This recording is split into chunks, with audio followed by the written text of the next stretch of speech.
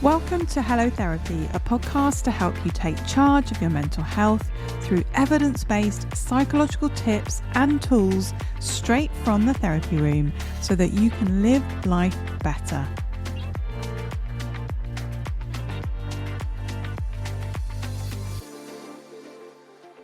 Are you struggling to navigate conversations with your kids about food and body image? Or maybe you have a concern about your child's eating or preoccupation with the way that they look? Well, this episode is here to help. I am joined by clinical psychologist and eating disorder specialist, Dr. Anna Colton. Anna has just published her first book, How to Talk to Children About Food. In this episode, Anna shares valuable insights and practical tips on how we as parents can help to foster healthy attitudes towards food and body image for our kids. We touch on how to spot the early signs of eating disorders and how we can tell when our teen's gym habit is verging on unhealthy. This episode is really packed with simple, actionable advice for parents who want to create a positive and supportive environment around food and body image for their children. So let's dive in. Welcome, Anna, to the Hello Therapy podcast. I'm so pleased you're here today. Oh, thank you so much for having me. I'm really delighted to be here. I'm looking forward to our chat about food, eating, body image in kids and teens. So before we start, do you want to tell our listeners who you are and what you do? Yeah, hi. I am Dr. Anna Colton. I'm a clinical psychologist and I specialise in eating disorders and have done since I was an assistant, actually. There are other areas too, but eating and adolescence has been my thing forever. So yeah, you've done it for a long time, it sounds like. Very long time. Decades.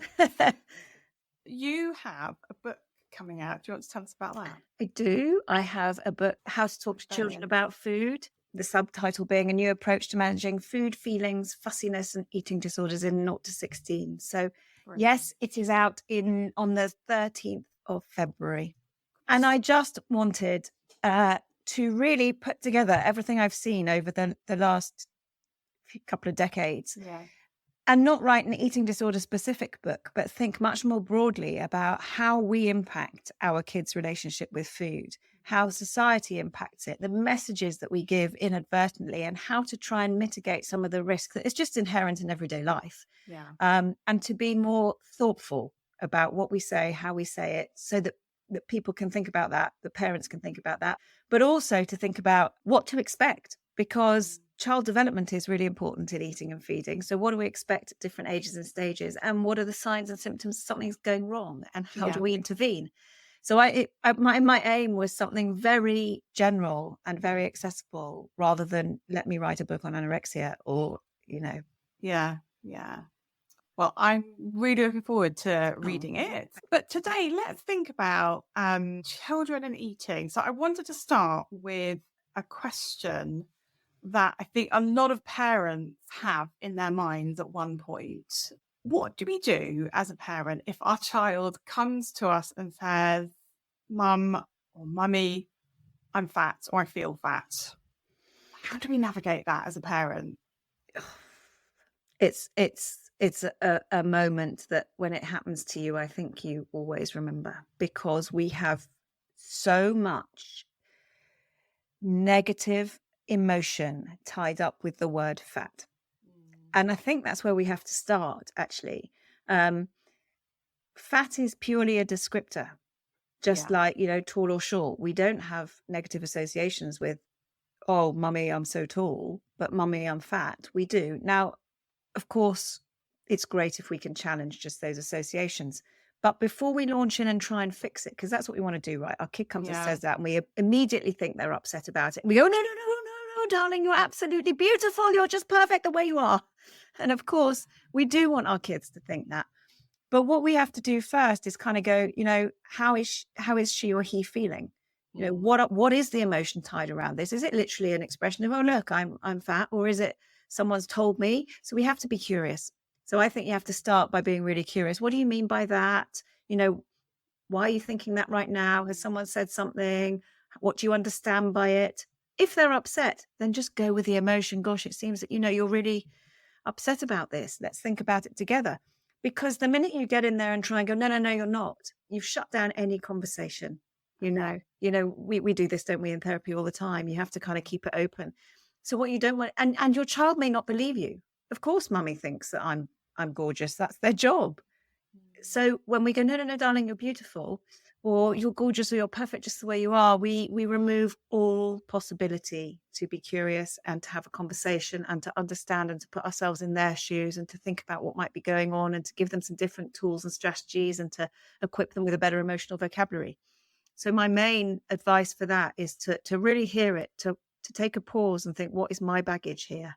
What do I not want to pass on, or what's my stuff? And then to get curious. And you can name the emotions. It seems like you're really upset about that, or you're really cross, and I understand that. If someone said that to me, I'd be really cross too. It's not kind. But actually, you know what? It's just a descriptor. And depending on the age of your child, you might be able to throw in a bit of psychoed around, diet culture and societal norms, or you may not. But you have to be child-led in terms of what they're feeling and how you can think with them about that, and not try and fix it, and certainly not try and fix it by fixing food. To say, let's just eat less is all wrong. Yeah. Because if you're perceiving your child to be a little bit overweight, say, and they're saying that, what sort of advice would you give to a parent around that? Well, it is tricky, because we are in a time, aren't we, where we are taught to really fear weight. But the reality is, we are just taught it's bad. And diet culture teaches us that if you're overweight or if you're fat, you're lazy, you don't care, you're a bad parent. If your child is fat, you're a bad parent, you're not feeding them properly, you're giving. It is so toxic, diet culture. And the flip side being that if you're slim, or, a normal body weight or less than a normal body weight, it's lauded and you're inherently better. It's nonsense, right? So we live in this culture where we fear fat. But I kind of say, look, there are all sorts of different sizes and shapes of bodies. If you look around the world, there are 8 billion people in the world, and there are 8 billion different bodies. Nobody has the identically sized body.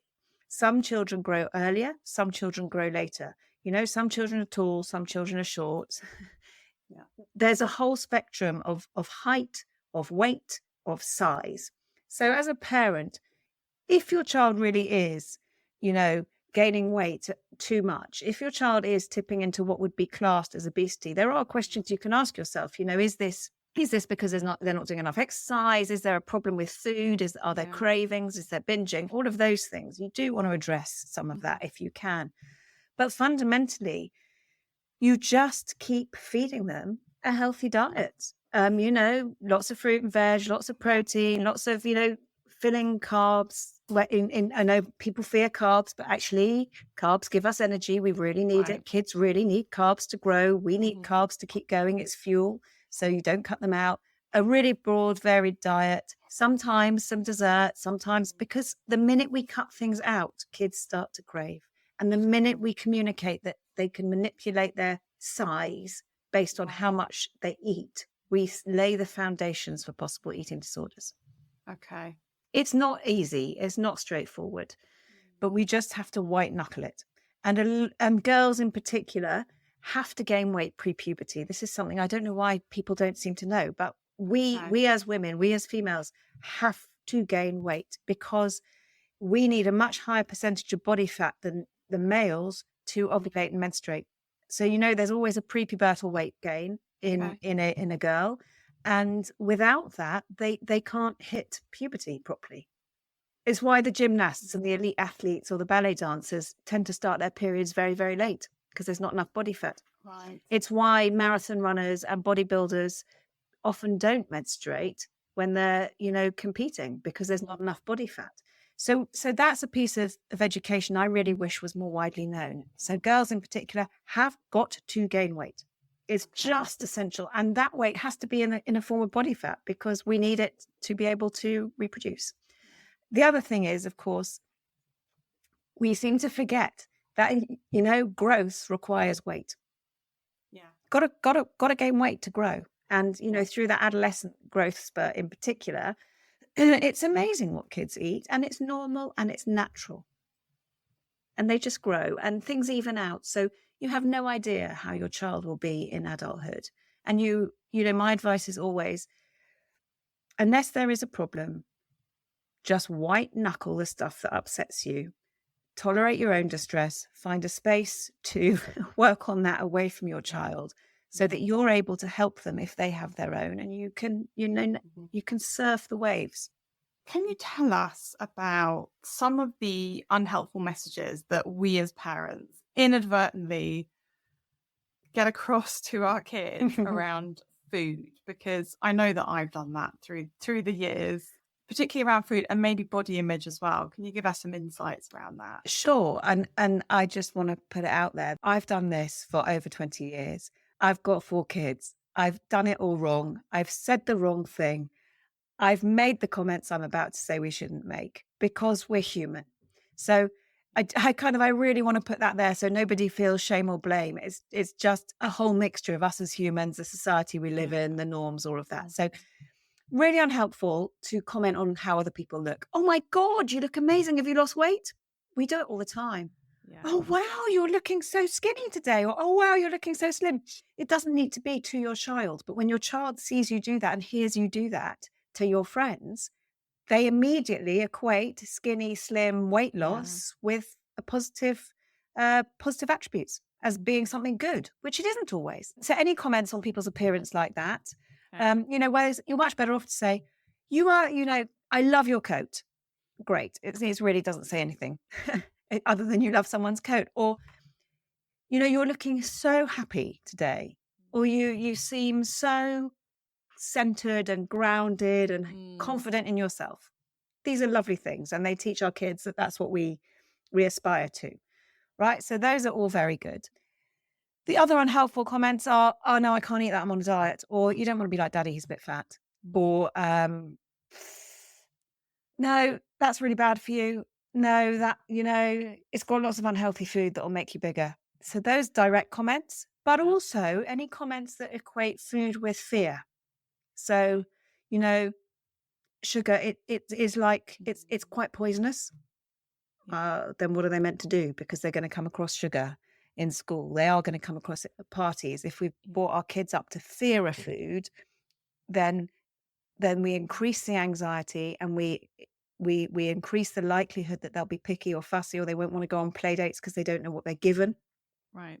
Or what do they do? How do they understand the fact that this food is so bad for them, but their friends' parents are giving their friends food that's really bad for them? It's very confusing. Yeah. So how we talk about the food that we eat is really important.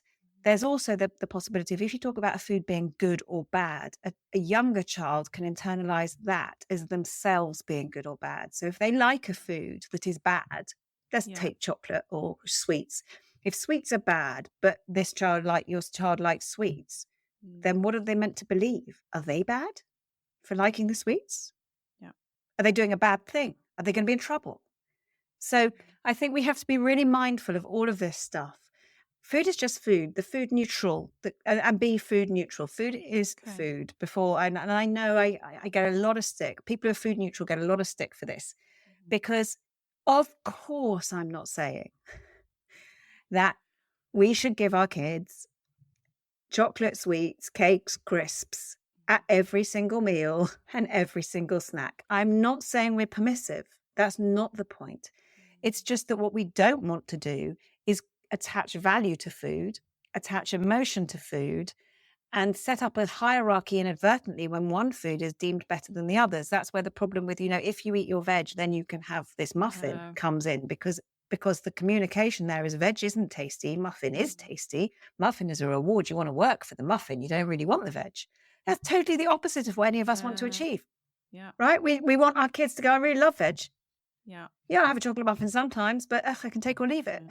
And it's often because you've grown up with those messages as well. I mean, exactly. I remember having to sit at the table until I'd eaten all of the food that I didn't want to eat. And the sort of the idea of puddings being a treat or having sweet treats really, permeated my my childhood and lots of other people. And still does. It's really common because it's a way of limiting that food but still having it. But the problem is that the communication we learn is that they're going to be there to be desired, that they're better, that they're nicer. Yeah. Actually, that's the opposite of what we as parents tend to want our kids to do. And the other thing is that we want our kids to be able to leave it. Now, if we want our kids to be able to leave it, there's got to be no emotion attached to it. Yeah. So it turns where we're at societally on its head, and it can be quite challenging, but it's also amazingly liberating when you kind of get to grips with it and understand that food is just food. And the other thing that is also really unhelpful is not giving food its proper name. Okay. That's rubbish. That's junk. That's crap. Yeah. What is that? It's meaningless. It is meaningless. That's healthy. That's good. What does that mean? It's also equally meaningless.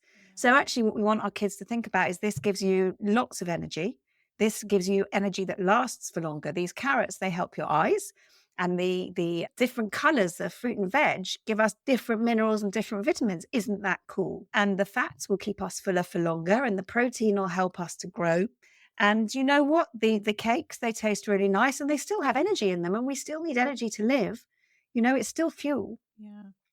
That is what we need to be communicating. This is really possible to teach about healthy eating, and it is really possible to do that in a food neutral way. The point is just use the names of the food. Okay. But I can imagine, that is challenging. Yeah, if you have grown up with a certain narrative around food, like it's a massive shift, isn't it? It's a massive shift. Yeah. And the other thing, just before I forget it, because it keeps coming out of my mind, and then we'll come back to that. But the other thing is to really commit your child to listen to their body. I know it sounds silly, but if they say, I've had enough, and you go, no, you haven't eaten enough, you have to eat more. Occasionally you might need to if you've got a child who's poorly, when you need to encourage or something. But on the whole, what you want is your child to go, I trust my body. I eat according to my hunger. I can stop eating when I've had enough. The minute we start telling them they haven't eaten enough, they must eat more, or they certainly don't want seconds, they can't still be hungry. Really unhelpful, by the way. What we're doing is saying, I don't trust you and you mustn't trust you. Yeah. So we set them up then not to be able to understand and read and trust their body's signals. Mm-hmm. Whereas what's normal is for appetite to fluctuate. If you think about a newborn baby, sometimes your baby will have lots, sometimes they won't have so much. You can't make them have more. Yeah. You give them the breast or the bottle, they won't have it, or they'll throw it up. Yeah. So if we go back to that model and we can respond to our kids as we might do our newborns, it's much more helpful. And sometimes we might say, I know you've had enough and that's great, but just to say, I'll save the rest of your dinner because I'm not making any fresh food now until the morning. So if you are hungry in a little bit, I just won't throw your dinner away yet. Yeah. But I guess it's a challenge to maintain that, isn't it? If obviously they're going to school every day and maybe they're getting very different messages at school, and the schools vary, don't they? I don't know if your insight is around schools and how they manage meal times. Okay, I'm not going to rant. I'm going to be really balanced here. There is a problem with schools often. Not always. It depends on the ethos of the school. But the other thing is with schools that schools come under pressure from the government to meet certain curriculum requirements within PSHE. So and that means that schools are now required to teach about healthy eating. Schools are now required to weigh children. You can opt out. But I think not enough people know that you can say, no, I'm not prepared for my child to be weighed. I opted out with mine, just to put it out there. So schools do have to teach, but the problem is they teach through a lens that is a fear of weight gain and a lens that is a fear of fat. Okay. And that means that the teaching is not food neutral. So a lot of parents say to people, my child's just come home and they've got a homework to look at food labels and work out what's good and what's bad. And I sit there going, no, this is a disaster.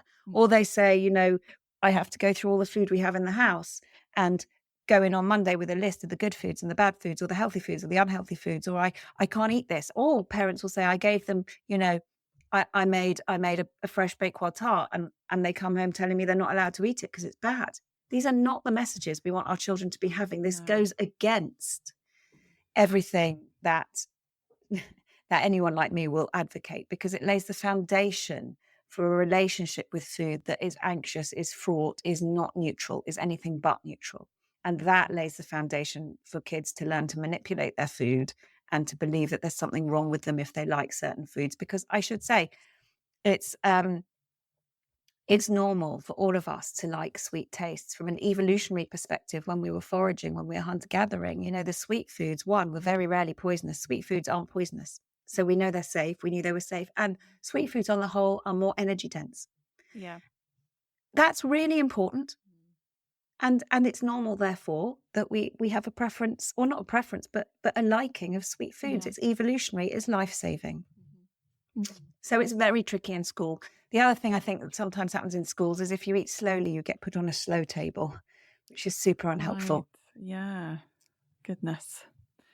And I think if you are also a parent who has difficulties with your body image, or maybe you have a history of an eating disorder or disordered eating, it can be very challenging, can't it, to not sort of let those ideals or ideas or narratives permeate your conversations about food and meal times. Do you have any tips for parents who might be listening and maybe a bit worried about how do I not sort of pass that on to my children?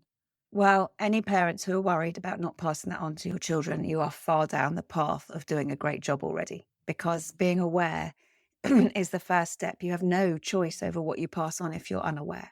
So it's great to be aware, and to be concerned is just marvelous, and keep going.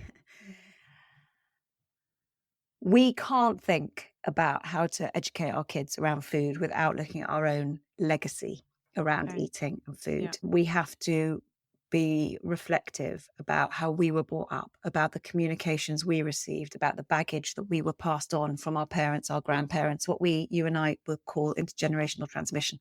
Yeah. It happens, and it really does happen around food for so many reasons. So my advice with parents always, and I always have this conversation with parents, is what did you grow up believing? What do you believe now? What's yours? What's not yours now? How do you want your kids to feel around food, about their bodies? And if you need to go and have some sessions for yourself, or you want to do it.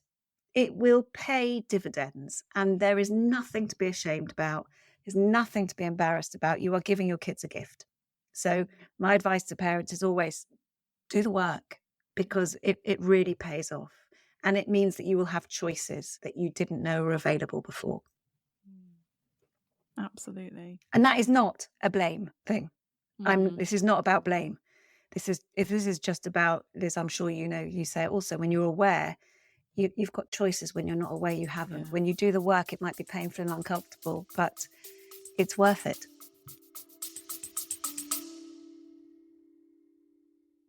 Before we get back to the episode, I have got something really exciting to share, our brand new Substack community. This is a space where you can peek behind the scenes of the podcasting process and have a space to connect with other fans of the show. As a subscriber, you'll get a monthly roundup of all the episodes in that month, plus my thoughts and personal reflections on each one, completely free. But if you want to go deeper, a paid subscription unlocks exclusive perks like never heard before guest mini episodes, subscriber only chats, digital downloads, and even the chance to shape future episodes. If that sounds good to you, head to the Substack link in the show notes. Now let's get back to the episode. And so, the awareness and being able to, I'm always talking about slowing things down so that you can make a choice in the moment. How am I going to talk about this? And I think your tip around, keeping food and conversations around food neutral and focusing on their properties, the nutrient dense and all the rest of it, those two things combined can be really powerful, can't they? They're so powerful, and they make such a profound difference, much more, I think, than people assume. And be factual. I know it sounds a bit daft, but what are the facts? protein, we need it for our brains and for our body, and it has these properties. Carbohydrates, they give us this, they give us energy, it's longer lasting energy. With different kinds of carbohydrates, we might get a faster hit of energy that drops off quicker with the slower release carbohydrate. Be really factual about the food. Take away all of the pejorative language, and it just becomes much easier. Yeah. And you can go on a kind of, it can be fun. You can wash red cabbage and see the water turns blue. And you can add a squeeze of lemon and see it turns pink. You know what? Everybody likes that. It's just super cool. You can whisk egg whites and watch them denature, right? They go from a yellowy liquid to being stiff white peaks. Yeah. That kind of thing. It's factual, it's fun. You can then explore together why this happens and what it means, or you can look at what is it that, red fruit gives us as compared to kind of, green fruit, or what does orange veg give us? And be really curious and learn about nutrition rather than learning about diet culture. Brilliant. And also there's tips in there, isn't there, about getting your kids to eat more veg? Yes. Making it fun. Make it fun. Yeah. It depends how creative you are, how many kids you've got, and how much time you've got. But my top tip for veg, because it's actually what I did, mainly because I had 4 kids under 5, and the idea of cutting up veg at every single meal just did my nuts. Yeah. So I kind of always had in the fridge, and indeed when I still do a lot of the time now, every few days I would cut up probably a kilo of carrots and a whole head of celery and a couple of cucumbers, and I'd wash some cherry tomatoes and slice some cabbage, whatever it was, red or white cabbage, and chuck it in a big Tupperware lined. The lining is super important, lined with kind of damp kitchen towel, because otherwise your veg goes slimy and revolting. But if you line it with damp kitchen towel, it doesn't go slimy and it keeps it fresh and it lasts longer. Anyway, and then it would just come out. Sometimes if I couldn't be bothered to cook veg at dinner, I'd just put the veg box on the table. When they got home from school, or when I picked them up, I'd put it on the table with some hummus or peanut butter or whatever dips. And it was just always there. They were used to seeing it. And because I would eat it all the time too. I mean, I tell you, if my veg box comes out now with one of my teenagers, I'm unable not to have some. I was like, oh, here we are. And it's a norm, and it's not a drama, and there's variety, and they can help themselves, and they can dip it into whatever. Don't be fussy about what they dip it into. It's great if they're dipping it. If they dip it into jam because you've got jam on the table, okay, great. They'll eat the veg. Yeah. So, there are all sorts of ways of doing it. The veg box is really great. And then for kids who are fussier and who struggle more with veg, always make sure they have their safe food. They have to be able to have something safe at a meal. And then put little bowls of other veg on the table so they see you or their siblings helping themselves. It takes time, but bit by bit, they'll try. And if there's no stress, no telling off, no anxiety, they'll try quicker. Yeah, absolutely. And thinking a little bit more now about the more difficult side of body image and eating in terms of eating disorders, how can we spot signs of eating disorders in our kids, particularly our teen girls and boys? So, distress about body image, is not a sign of an eating disorder, but it's a sign you want to be vigilant, isn't it? Okay. So distress about body image, skipping meals, skipping snacks, coming home from school, not having lunch. You may not know, but you may know if they're honest with you. So not eating lunch, or going out, having any changes, right? Any changes in diet. So if you had a child who always ate breakfast and they suddenly stop, I would be really curious / a bit concerned about that. If lunches aren't being eaten, if you suddenly notice them playing around with their food, so pushing it around the plate or cutting it smaller than they used to, or kind of saying I'm not hungry, and if they seem kind of irritable, low in mood, a bit pale, a bit tired, if there's general malaise, if you suddenly come in and you notice all sorts of food has disappeared, have they been binging? Are there bits of sick in the toilet? I mean, we don't only talk about anorexia here, but sometimes parents go, I'm sure I saw it floating in the loo. You probably did then. Or the smell. Or the noise, or going to the bathroom at the end of every meal without, always. Yeah. We often go to the bathroom during or after a meal, it's kind of normal. But if your child always disappears to the bathroom, locks the door and reappears a bit later, I would be curious/concerned. Food going missing. So it's different. Some parents are quite, will keep boxes of chocolates for friends. If they disappear, be curious. I mean, if you can see your child's weight has changed, take a little bit of time to work out how you're going to say it. But at a certain point, if your child has lost a lot of weight, you need to say something, and you need to say it soon. I don't think you're eating enough. I don't think you're eating enough, But there are so many signs and symptoms, and sometimes they're nothing, and sometimes they are. The message I'm always keen people take away is it's never too early to go and get a professional opinion, because the best and worst case scenario, and I say worst only because sometimes it can be embarrassing, is for someone to turn around and go, there's no problem here. That's brilliant. Please come to me with no problem. I'm delighted to say, actually, things are good, but be in touch if it changes. I'm delighted. Because I think sometimes as a parent, you can feel like if I bring this up, if I make it a thing, then it's going to become a thing. But actually what you're saying is it's really important to be open and transparent and be having these conversations, being curious, as you say. Being curious, if you say it every single day and it's not a thing, it's going to become a thing. But if you say, I've noticed this, is everything all right? Or, I just have a sense that maybe you're not eating enough at school, what a school lunch is like now. Yeah. Okay. You seem a bit irritable and tired. Are you sure you're eating enough during the day? You're looking a bit peaky. Are you eating enough during the day? You seem pushing your food around your plate. I'm a bit concerned about that. But you don't have to do it on the first attempt. But you can, or on the first time you notice it. But I just, please don't wait. Anyone listening, please don't wait till you're certain you've got a problem. Okay. Just don't wait till that point. Yeah. It's not too late. It's never too late to come. But by the time you're certain, eating disorders are sneaky.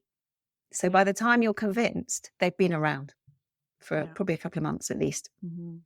The other thing that seems to be around, certainly for teenage boys, also girls, but is this whole thing around the gym, working out. Is there a way to tell if that is veering into that being unhealthy in terms of the amount that they are going or lifting, or what's healthy, what's unhealthy?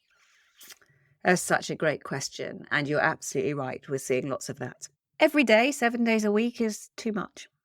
Yeah. Because the body needs a rest day, at least one, probably two. How much they lift depends on how far they're through puberty. I'm not an expert in that, but a prepubertal body shouldn't be lifting terribly much weight. And I would say that if your child is lifting, they need to have some professional advice on how much they should and can lift, because you don't want to do damage to growing bones. You really don't. I am always wary of the use of too much protein powder. For me, that's a flag, but I appreciate it's quite normal in the gym world. But I just think, you ought to be eating your food, not drinking dust. So the use of too much protein powder, or any protein powder, a little bit maybe, but again, it's about the attitude towards it. So is this becoming slightly obsessional? Can your child still eat a bit of pizza with their mates or not? If the answer is no, there is an issue. Can your child skip a day at the gym and go out with friends or go on a school trip or do something they love? If the answer is no, you've got a problem. So it's about, again, it would be so much easier, wouldn't it? If we could just go, here we are. If it's 5 days a week, it's a problem. But it's not. It's about changes. It's about attitudes. It's about, and it is about weight. I worked with one gorgeous boy who his mum had picked it up. He was going to the gym a lot. It was in lockdown. They was doing PGCSE. He was a good racket sport player, blah, blah, blah, blah, blah. By the time he got to me, 15 kilos down. That's kind of a huge amount of body weight, and was fully into anorexia, slipped into orthorexia, which is an unhealthy obsession with healthy eating and a bit of gym going, and turned into anorexia just kind of by accident. And that is not uncommon. So we have to look at lots of factors: changes, impact on social life, ability to kind of have a day or two or three off, flexibility. So, I've got a party, and actually I want to go to the party, so I'm going to skip the gym. Yes. How much, and then the food component too. It's tricky with boys in particular, I think, because there's a whole culture around the kind of gym bros stuff, and it's what a lot of them are doing, and it's where they hang out as well. And it's So brilliant socially. yeah, absolutely. Like it's, some parents might say, what's better than them sitting at their desk gaming? I think it's being active. But as you say, it's the amount, it's, as you say, that kind of, there's that obsessionality coming in. But it can absolutely be a really positive thing in their lives. That's why it's such a nuanced area, and nuance is much harder to recommend around, isn't it? It is, yeah. But absolutely, it's so positive for them to connect over exercise, to find joy in movement, to enjoy their mates, to hang out. Yeah. But if they can't stop until they've done 60 minutes of lifting and then a half an hour of cardio, it's a bit concerning. Now, if they're an elite athlete, it's going to be different again, because the recommendations are going to be different again, and what they need to do for their sport. Yeah. So it's always case dependent and person specific, which is, I know, again, trickier for us as parents to go, well, what's normal, what's not. But it's about knowing your child and recognizing change and noticing the quality and the nature. Because as a parent, you want that certainty, and you want that list of, okay, the checkbox. This is normal, that's not normal. If you could sort of pick one or two things that listeners, parents who are listening can take away, what are the things that you would want parents to know about body image, food, eating with kids? Their dietary requirements change as they grow. So just as soon as you think you've got it sorted, it's going to change again. That's normal. That's okay. Body image fluctuates massively during adolescence, because during adolescence, part of the brain is rewiring and upgrading.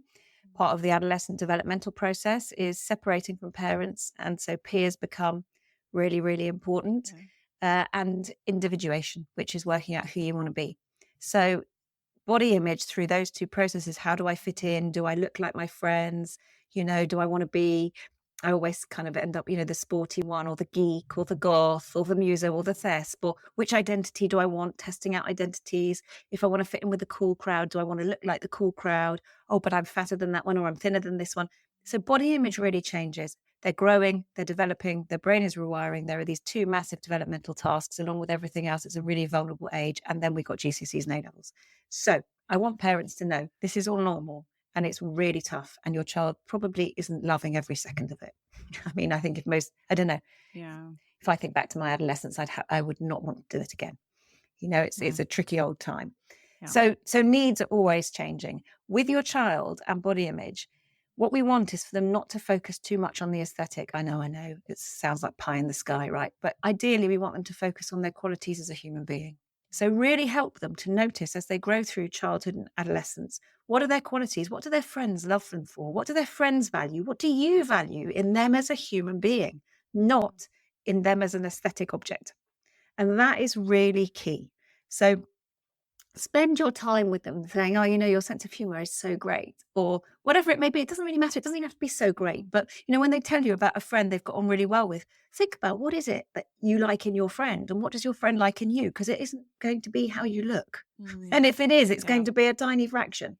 So body image and help them to know the functions of the body. And I know that sounds daft, but we only have one body. It's the only place that we can live, right? If our body doesn't work, we don't get to live life. So we have to appreciate it. And there are so many functions our bodies do that we don't even appreciate. And we need to teach our kids to appreciate, our heart beats without any conscious thought. It keeps us alive. Our lungs breathe without any conscious thought. Our kidneys process waste. Our liver likewise. Our brain is 24 hours a day working really hard so that we can live a life. These are amazing things. You can walk, you can run, you can do whatever you want to do because of your body. So trying to help them appreciate it as a functional thing and not an aesthetic object is also really important. Yeah. In terms of food, it's about noticing changes. It really is. It's about becoming anxious about certain foods. If your child is anxious around food, attend to it. If your child suddenly changes their eating habits for no medical reason, be curious about it. little bit of change is fine. They want to eat what their friends eat. That's fine. It's normal. But anything more than that, if they become slightly obsessive about exercise or about food, notice it. There's information. What I always say to my parents is, look for the information in the behavior. What's it telling you? Or don't see it as wrong or right, but your child is suddenly, going to the gym 6 days a week. What's the information in that? Be curious. Your child is telling you they refuse to eat the dinner you've cooked because there's too much fat.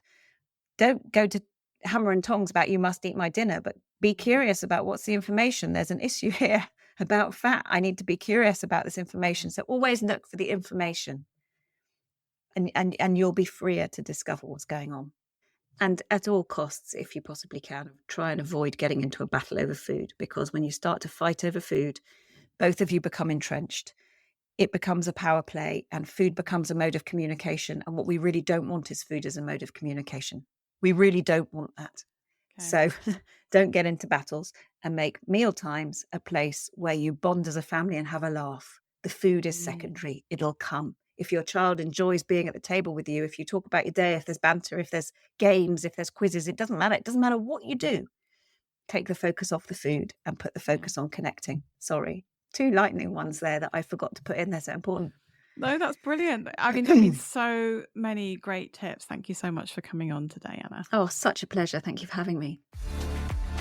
Thank you for listening to this episode of Hello Therapy. If you found it helpful, don't forget to subscribe, follow, and review. You can get more well-being and mental health tips by joining our email list and visiting the resources section of our website at harleyclinical.co.uk. The Hello Therapy podcast and the information provided by me, Dr. Liz White, is solely intended for information and educational purposes and does not constitute personalised advice. Please do reach out to your GP or a mental health professional if you need support. Until next time, take care of yourself.